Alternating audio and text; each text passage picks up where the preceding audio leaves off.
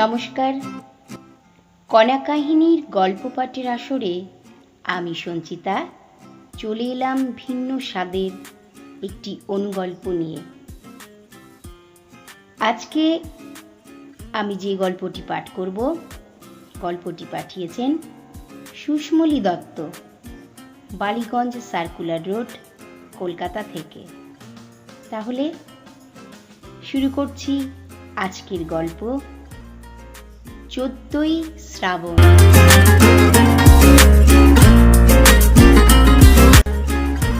দিনটা মনে হয় 14ই শ্রাবণ ছিল।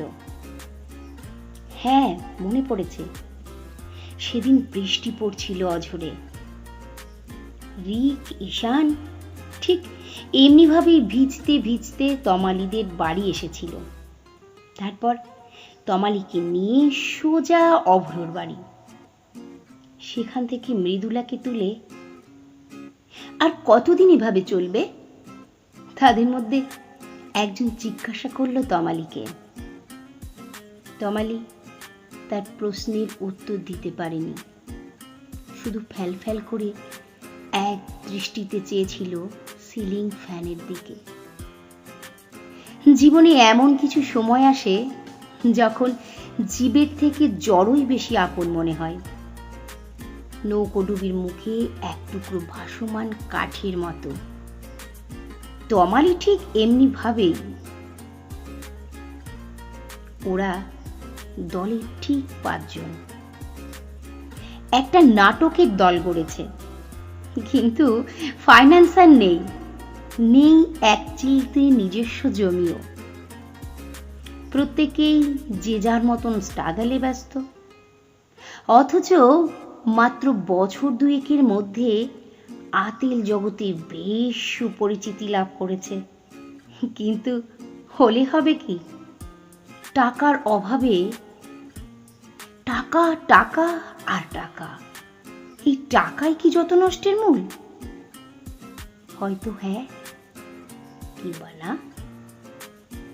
তমালি ভেবেই চলে, সিলিং ফ্যানটাও বুঝি ওর দিকে তাকিয়ে অনুকম্পার দৃষ্টিতে তাকাতে শুরু করে।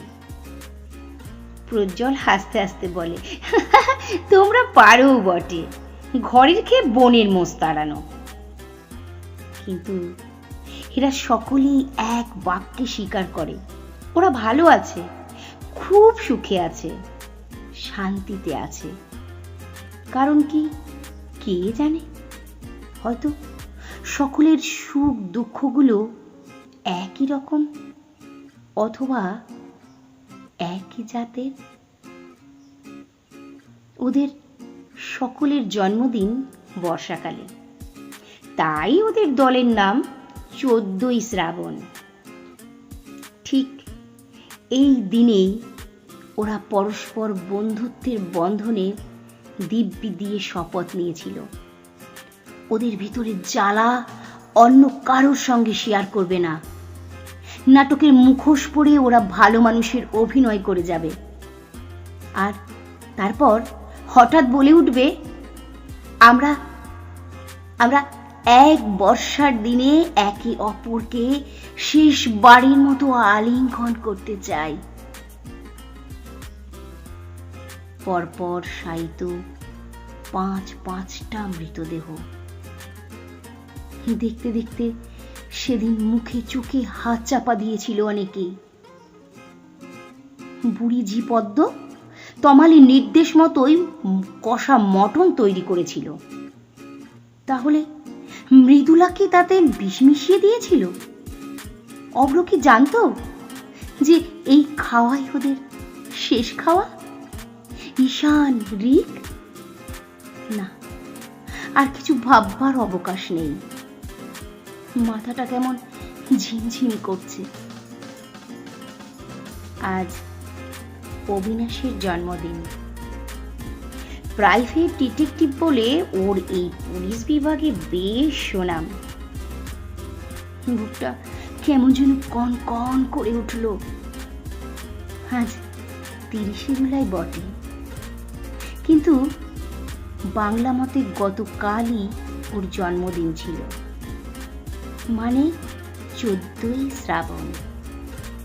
সেদিনও নাকি বৃষ্টি পড়ছিল। মায়ের মুখ থেকে শোনা। বুকটা আবার যেন কন কন করে উঠল। মৃতদেহের মুখগুলো যেন অবিকল অবিনাশ মুখুজ্জের মতো। আশ্চর্য, আশ্চর্য। নমস্কার।